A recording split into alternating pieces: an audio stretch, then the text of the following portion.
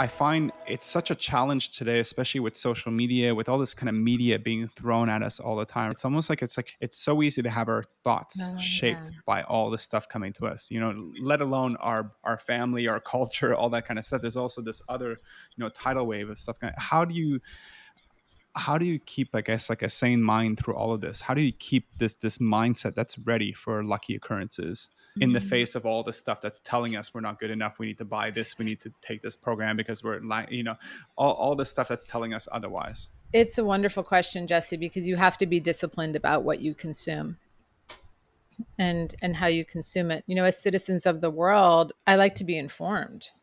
I do like to know what's going on. I'm also curious to know what top thinkers are thinking in particular moment. But there's a way that I kind of turn down that volume because I need to be with my own inner knowingness.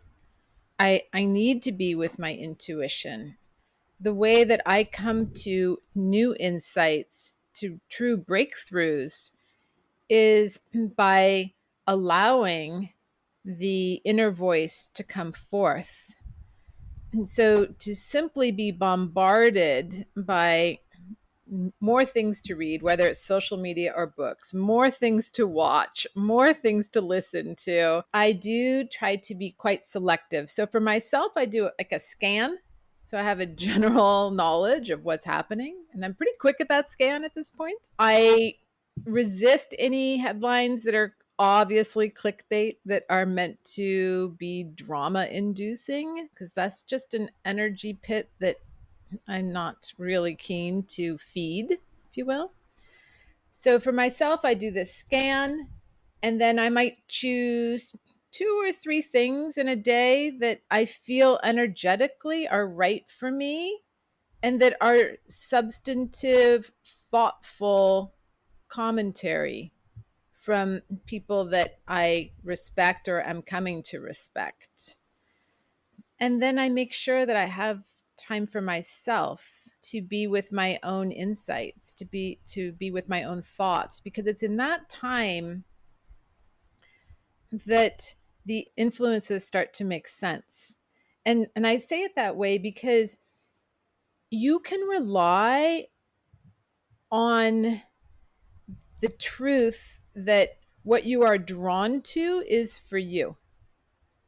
So if you're drawn to someone who's talking about a topic that you're fascinated by, you probably have some sort of insight yourself in that topic that is coming forth or will come forth because you otherwise you wouldn't be drawn to the material at all.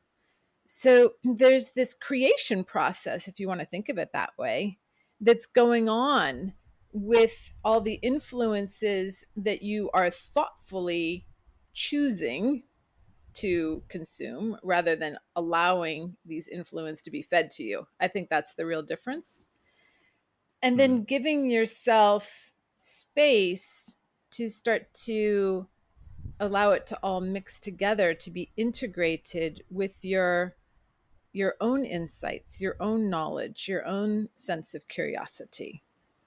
I know for me personally, I used to have a lot of trouble sleeping because I used to manage these social profiles. I had a couple million followers, and like every day is like thousands and thousands of comments. Like my mind, and I would read lots, and I would go to workshops and seminars. Like my mind would just never stop consuming, and it's no wonder that when my head hit the pillow at the end of the night, that it never actually had time to rest during the day. It never had time to be with itself. Yeah. Never had time to process and that kind of stuff.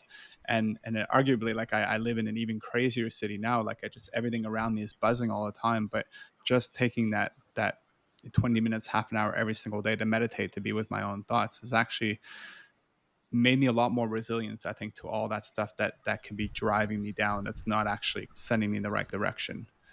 I'd say that meditation is paying off for you. One of my own lucky experiences is when I had lost a dear friend in an accident here in Fiji. And you didn't know that. It was quite soon after that accident. And I don't think you and I had been in touch for several months at that point. But you were doing your meditation and you had this sense that you should video what you were seeing and send it to me. And I'm so grateful, Jesse, that you listened to that intuitive nudge, because the video you sent me was so peaceful. It was that setting on the water, looking out towards an island. And that's exactly the type of environment here in Fiji in which I lost my good friend.